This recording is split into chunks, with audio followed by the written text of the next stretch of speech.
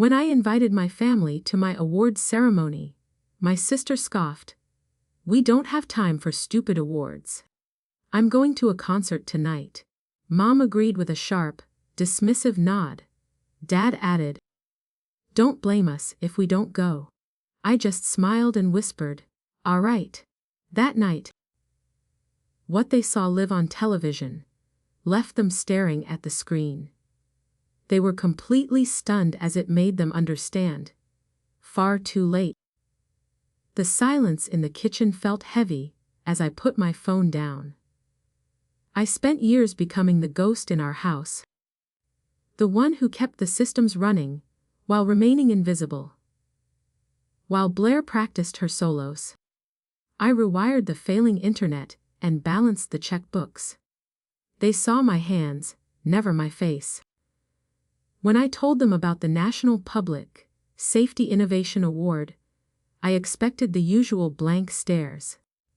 They did not even ask what the award was for. To them, I was just the girl who fixed the router. They had no idea my software now controlled the pulse of the city. My heart finally turned cold. The ballroom smelled of expensive lilies and floor wax. Security guards with earpieces checked my credentials while city officials shook my hand. I felt the weight of my new black dress, a garment they would never see. Dr. Selma Rhodes squeezed my shoulder, her eyes bright with genuine pride. "You saved 4,000 lives this year, Julianna," she whispered. I looked at the empty chairs reserved for my family. They were just plastic and velvet. Hollow reminders of people who chose a stadium over a daughter. Across town, the arena was a storm of neon and screaming fans. My parents and Blair sat in the third row, clutching glow sticks and overpriced beer. They laughed at a joke Blair made about my boring night. Above them, the massive jumbotrons flickered. A news alert overrode the concert promotions. The feed cut to the gala ballroom, broadcasting my face to 20,000 people. The music died down as my name echoed through the speakers. I stood up and walked toward the stage. The announcer described a routing engine that slashed ambulance response times by half. He called me a hero of the valley. On the giant screens, footage showed a child being saved because of my code. My family froze as the crowd around them began to whisper. People pointed at the screen, then at the Sheffields. The recognition was not a suggestion, it was a thunderclap. My father dropped his drink, the liquid soaking into the concrete. They were suddenly trapped in the light. I accepted the heavy glass plaque, under the blinding stage lights. My phone buzzed in my clutch. A frantic wave of notifications from the group chat. They were finally seeing me, but only because the world was watching. I looked directly into the camera lens, knowing they were staring back. I did not feel the need to wave or cry. I simply took a breath and enjoyed the quiet strength of my own achievement. The girl they ignored was gone, replaced by someone they could never reach. The celebration in the ballroom felt distant as I moved toward the exit. My fingers brushed the cool glass of my award, a solid weight against my side. I needed to reach my car before the surge of the crowd found me. The lobby was a blur of flashing cameras and security badges. Outside, the night air was dry and smelled of hot asphalt. I checked my reflection in a darkened window. I looked like a stranger to myself. I reached the parking garage just as the first call came through. My phone screen glowed with my mother's name, persistent and bright. I ignored it, but the vibration rattled against my palm. The elevator doors opened with a metallic groan. I stepped inside, and pressed the button for the third floor. My heart hammered against my ribs like a trapped bird. The silence of the concrete structure felt heavy. I realized I was finally breathing on my own. The car was a sanctuary of shadows and leather. I sat in the driver's seat and finally looked at the family chat. The messages were a frantic stream of exclamation marks and panicked questions. They wanted to know why I had not told them the truth. Blair's texts were the loudest, filled with a sudden, unearned pride. She was already tagging me in posts I could not see. I felt a wave of nausea. They only wanted the winner. I started the engine and watched the dashboard lights flicker to life. A notification from the city's emergency server popped up on my console. It was a high-priority alert regarding a multi-car pileup on the Strip. My routing engine was already shifting traffic patterns to clear a path for the sirens. The numbers moved with a cold, beautiful precision. I watched the data flow, ignoring a new text from my father. My work was still moving without them. The drive home took me past the arena, where the concert was still roaring. I could see the glow of the stage lights reflecting off the low clouds. Thousands of people were still inside, unaware that the world had shifted. I wondered if my parents were still standing by the jumbotrons. Maybe they were trying to convince the security guards they were important. The thought did not make me angry. It just made me feel very tired. When I reached my apartment, the quiet felt different than before. I set the plaque on the kitchen counter next to a half-empty coffee mug. The contrast was sharp and honest. My phone buzzed again, but this time it was Selma. She sent a single photo of our team laughing in the ballroom. We looked like a family that actually worked. I felt a small, genuine smile tug at my lips. I was finally standing on solid ground. I walked to the window and looked out at the city lights. The Strip was a river of gold and neon, pulsing with life. My phone lit up one last time with a message from Blair. She asked if she could bring a reporter over tomorrow morning. I did not hesitate as I tapped the screen. I muted the entire thread for a year and watched the notifications vanish. The silence was absolute. I turned off the light and went to bed. Morning arrived with a persistent, rhythmic drumming against my front door. I sat up. The muted phone on my nightstand glowing with 48 missed calls. My head throbbed from the sudden transition into the light. I wrapped a robe around myself and walked to the hallway. The wood felt cold beneath my bare feet. I looked through the peephole and saw Blair. She was not alone. A man with a large shoulder-mounted camera stood right behind her. "Julianna, open up," Blair shouted, her voice muffled by the heavy door. "The local news wants a comment about the big night." She sounded breathless, her tone shifting into a sugary sweetness I knew was fake. I leaned my forehead against the cool surface. She was already trying to sell the sisterhood I had begged for years to have. The camera lens felt like an invading eye. They were trying to force their way into my sanctuary. I stepped back and walked to my kitchen. My award sat on the counter, catching the morning sun. I realized then that my sister did not want me. She wanted the proximity to the girl on the jumbotrons. I pulled up my security app on my tablet. 3 more cars were idling at the curb outside. Neighbors were peering through their blinds, watching the drama unfold on my porch. My private life was officially a public commodity. I opened the door just 3 inches, keeping the security chain locked. Blair jumped forward, a bright, rehearsational smile plastered on her face. "There she is," she chirped, looking at the camera. "We are so proud of our little genius." The cameraman tried to angle his lens into my living room. I blocked his view with my shoulder. "Go away, Blair," I said softly. Her smile did not falter, but her eyes went hard and very cold. "Don't be difficult, Jules," she whispered, leaning closer to the gap. "Mom and Dad are on their way with a reporter from the Chronicle." The realization hit me like a physical blow. They were not here to apologize for the concert.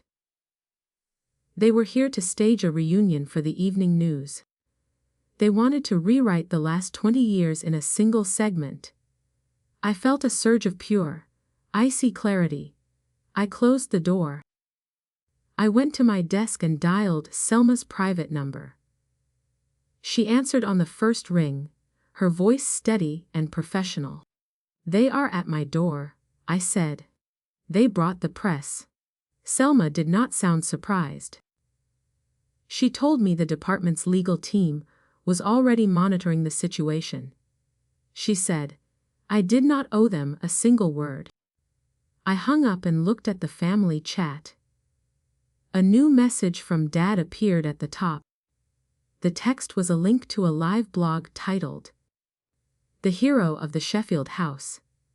It featured a childhood photo of me that I hated. My father had already given an interview claiming he inspired my interest in technology. He was selling a lie to anyone who would listen. I realized the award had not fixed anything at all. It had simply given them a bigger stage to perform their neglect. My phone buzzed with a brand new threat.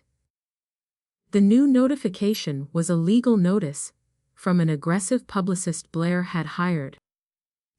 It claimed I was violating a verbal agreement regarding our family brand. I nearly laughed at the absurdity of it. I had never signed a thing. I walked to the window and saw my parents pulling up in their silver sedan. They looked ready for a wedding, not a confrontation. Dad straightened his silk tie, while Mom adjusted her pearls. They looked like professional actors. I needed to clear the porch before the situation turned into a televised brawl. I grabbed my tablet from the hall table and initiated a remote lockout on my home network. The cameraman behind Blair cursed as his wireless signal died. I opened the door again, this time without the chain. Blair stumbled forward, nearly losing her balance. "The show is over," I said. My voice was low and steady. I didn't look at the camera. I looked at the sister I once worshipped. Mom pushed past the reporter, her face a mask of manufactured concern. "Julianna, we just want to talk," she said. Her eyes were darting around my living room, cataloging my expensive furniture. She saw the award and moved toward it. I stepped into her path immediately. "You didn't have time for stupid awards, remember?" I asked. The reporter scribbled something in his notebook. The air in the room felt thin. Mom actually flinched at my tone. Dad entered next. His hand extended as if he were at a campaign rally. "Wu made mistakes, honey," he said. He didn't look at me once. He was playing to the lens. I realized he was wearing a lapel pin from his old golf club. He wanted to look like the patriarch of a successful dynasty. I pulled out my phone and played a voice recording. It was his own voice from 2 weeks ago. "Don't blame us." The recording echoed in the sudden silence of the foyer. The reporter stopped writing and looked up at my father. The power dynamic shifted in a single heartbeat. Dad's face turned a dull, angry red. Blair tried to grab my phone, but I stepped back easily. "This is the real story," I told the reporter. I handed him a printed log of our group chat. It showed every dismissive comment and every ignored plea. The truth was finally out. Blair screamed that I was ruining everything for the family. She didn't care about my work. She cared about the followers she was losing. The cameraman lowered his gear, sensing the shift in the narrative. My parents looked at each other with genuine fear. They realized I wasn't the helper anymore. I was the one holding the evidence of their neglect. I pointed toward the open door. "Leave now," I said. My heart felt like cold stone. They filed out slowly, their heads bowed in the morning light. The reporter stayed behind for a moment, looking at the chat logs. He thanked me and followed them to the sidewalk. I watched from the window as the cars finally pulled away. The street returned to its quiet, suburban state. I sat down on the floor and closed my eyes. Then my laptop chirped. It was a security alert. Someone was currently trying to access my server. The digital alert screamed from my laptop, a sharp red pulse on the screen. Someone was hammering at the firewall of the routing engine. This was not a random script. The IP address originated from within my childhood home in Las Vegas. I realized my younger brother, Corey, was likely the one at the keyboard. He was the only one who knew my old passwords from the years I spent fixing his devices. My stomach twisted with a new, sharper sense of betrayal. My fingers flew across the keys as I traced the intrusion path. He was trying to disable the live dashboard I had spent months perfecting. If the system went down now, city dispatchers would lose their maps.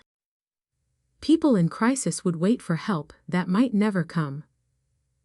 This was no longer just about family drama. It was a matter of life and death. I initiated a back protocol to lock him out. The screen flickered as the two systems fought for control. I could see his movements, clunky but desperate. He was searching for a back door I had hidden years ago. My brother was willing to crash the city's safety net just to spite me. I felt a surge of cold fury. He was always the baby who got away with everything. This time, the stakes were too high. Suddenly, a video call request popped up on my desktop. I answered, and Corey's panicked face filled the frame. He was sitting in his bedroom, surrounded by the shadows of my old life. "Jules, you have to stop," he whispered. He looked like he had been crying for hours. "Dad told me to do it. He said he would kick me out if I didn't help him prove you are a fraud." The power balance shifted instantly. I stared at my younger brother through the glowing lens. He was a pawn in a game he did not understand. Behind him, I could hear my father shouting in the hallway. The pressure was moving from the porch into the very code I created. "Log off right now, Corey," I commanded. My voice was like ice. He hesitated, his hand hovering over the delete key. One click would erase the work that saved so many lives. "I can't," he choked out, his eyes darting to the door. I realized he was terrified of the man I used to wait for. My father was willing to destroy my career to save his own reputation. I didn't argue or plead with him. I simply entered a final override command that I had kept in reserve. It was a kill switch for his specific terminal. The video feed cut to black. I sat back, my chest heaving. The digital silence felt absolute until the sirens outside broke it. The intrusion stopped, but the silence felt even more dangerous. I looked at the routing map, which remained steady and green. The city was still safe, but my bridge to the past was incinerated. My phone buzzed on the desk with a single new message. It was not from my family this time. It was a direct alert from the FBI. They had flagged the attempted hack on a federal infrastructure. They were coming for him. The FBI notification flashed white against the dark screen of my laptop. It was a formal digital subpoena, triggered by the breach attempt on a protected infrastructure. My pulse spiked as I stared at the official seal. Corey had played with fire, but my father had provided the match. I had to decide right now if I would shield my brother or let the federal machine grind him down. The air in my apartment felt cold. My loyalty was a fraying rope. I contacted Selma through our secure internal line. Her voice was steady, but I could hear the gears of the city's legal team turning. She told me the intrusion had been logged at the highest level of priority.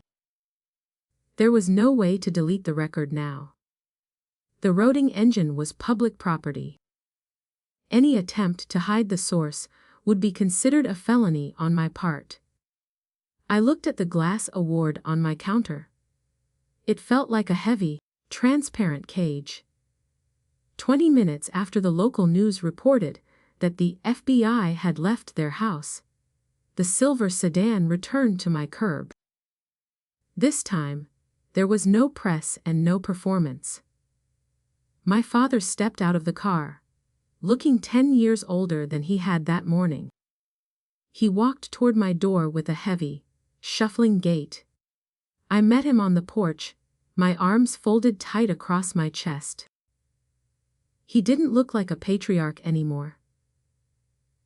He looked like a man who had finally realized the world was much bigger than his house. "They just left the house, Julianna," he said, his voice cracking. He was referring to the federal agents who had questioned Corey. My father's eyes were wet and red. He reached out as if to touch my arm, but I stepped back toward the door. I wouldn't let him use his grief as a weapon against me again. He had asked Corey to commit a crime to save his own pride. That was a debt he could never fully repay. "You have to tell them it was a mistake," he pleaded, glancing at my neighbor's house. He was still worried about the neighbors. He didn't care about Corey's future or the city's safety. He only cared about the stain on the Sheffield name. I realized he had never actually seen me at all. I was just a tool for his convenience. When the tool became a master, he tried to break it. I felt a strange, hollow sense of finality. I pulled up the live server logs on my tablet and turned the screen toward him. The red lines of the hack were undeniable and clear.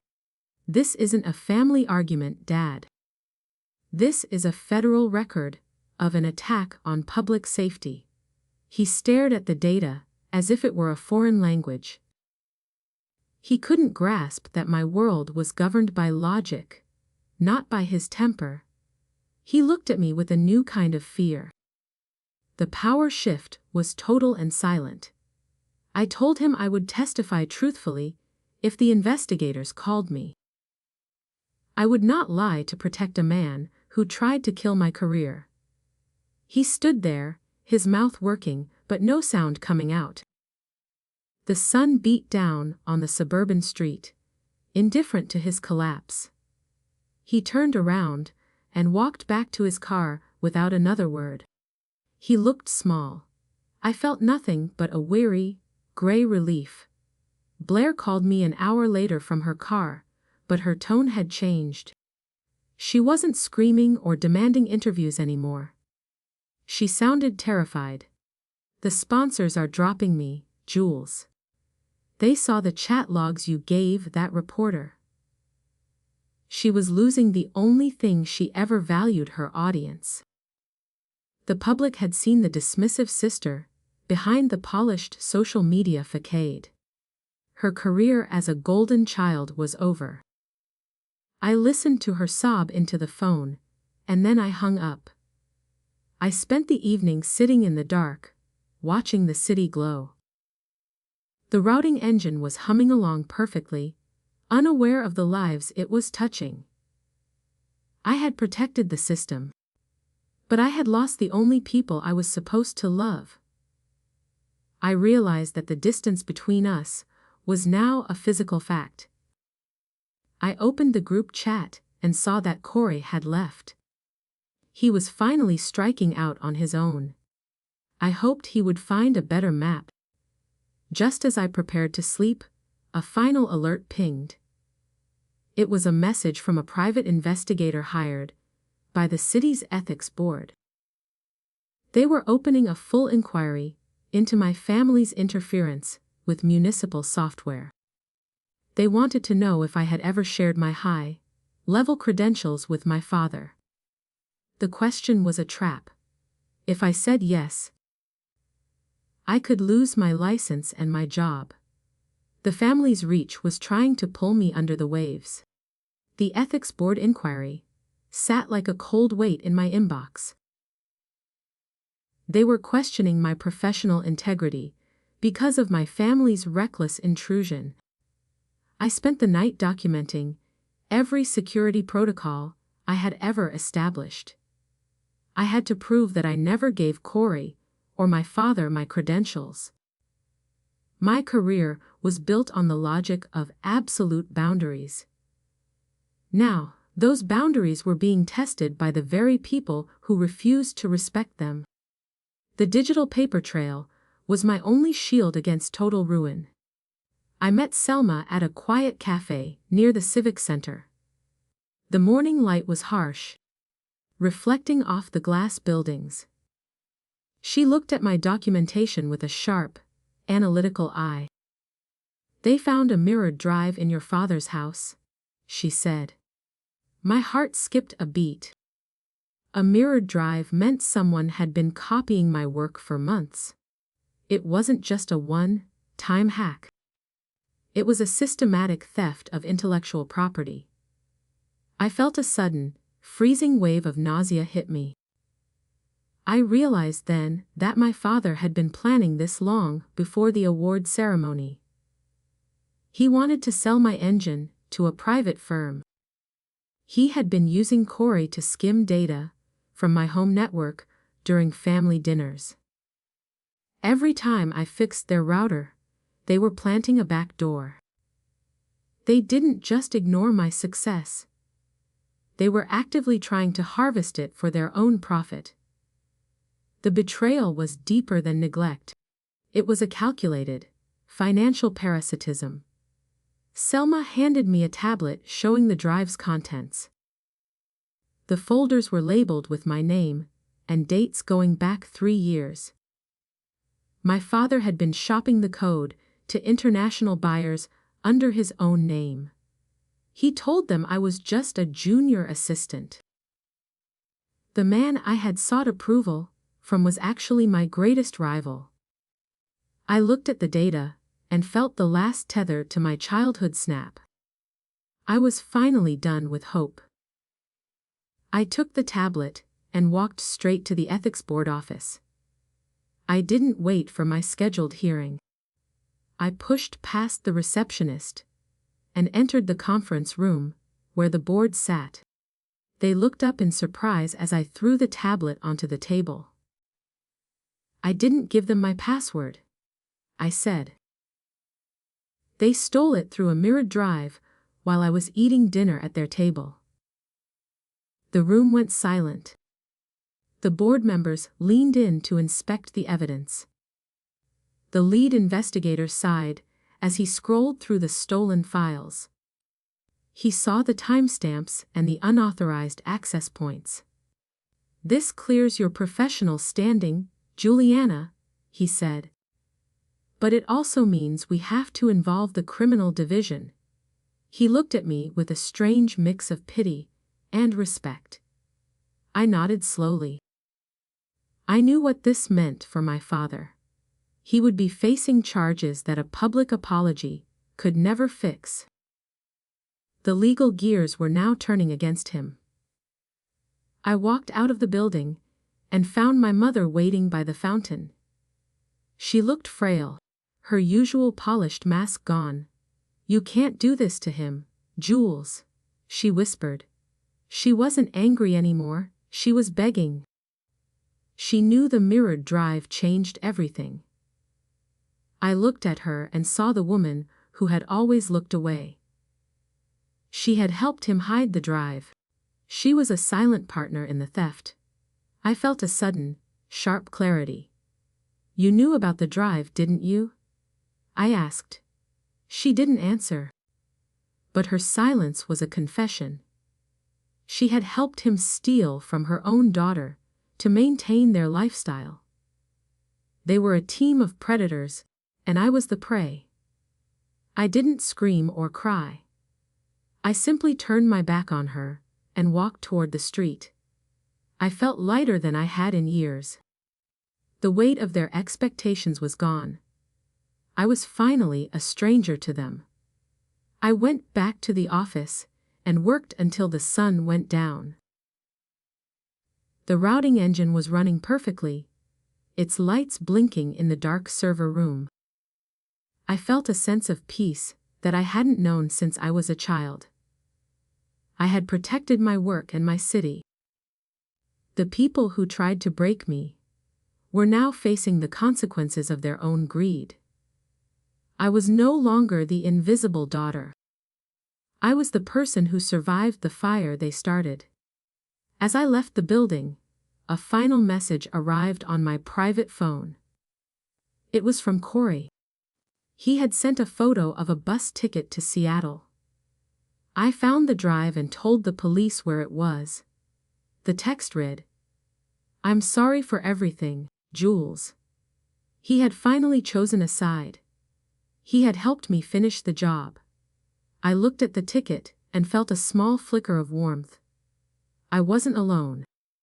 I had a brother who finally learned to see. The legal fallout settled over the city like a desert chill.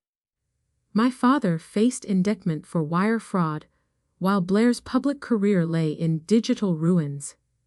I sat in my quiet apartment, holding a letter from the city council. They wanted to officially rename the routing protocols in my honor. It was the ultimate professional validation, yet the silence in my home felt louder than the praise. I had won the war, but the battlefield was a graveyard of family memories. A week later, I visited the office to finalize the new security encryption.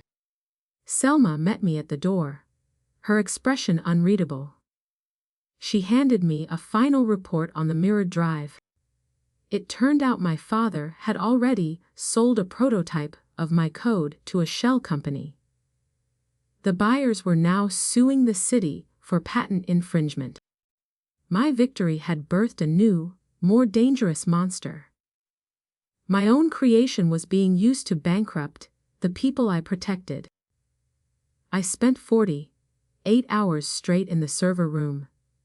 The air was thick with the scent of ozone and heated plastic. I had to prove the prototype was a stolen, inferior version. I dug through the base code, looking for the digital signature. I found it buried deep within the routing nodes. It was a line of code that translated to my name. My father had missed it entirely. When the day of the hearing finally arrived, the court was swift and clinical. Upon presenting the embedded signature, the shell company's lawyers turned pale. They withdrew their claim within the hour. My father watched from the defendant's table, his face a mask of bitter defeat. He had tried to steal my soul, but he had only taken the shadow. I walked past him without a single glance. He was no longer a threat. He was just a ghost in a suit who didn't understand code. Corey called me from a rainy bus station in Seattle. He sounded older, his voice steady for the first time in years. He told me he had started an entry-level tech job under an assumed name. He didn't ask for money or forgiveness. He just wanted me to know he was safe. I realized the boy I used to fix toys for was finally fixing himself. We spoke for 5 minutes, and for the first time, we did not mention our parents before I hung up. It was the only closure I needed. I returned to the ballroom months later for a small, private dinner. There were no cameras this time, just the people who truly showed up. Selma raised a glass to the woman who refused to stay invisible. I looked at the city lights through the window and felt a deep, lasting peace. My value was no longer a prize to be earned from people who could not see. I was the architect of my own life. Then my phone buzzed with an unknown number, the caller ID flashing a location that didn't exist on any map.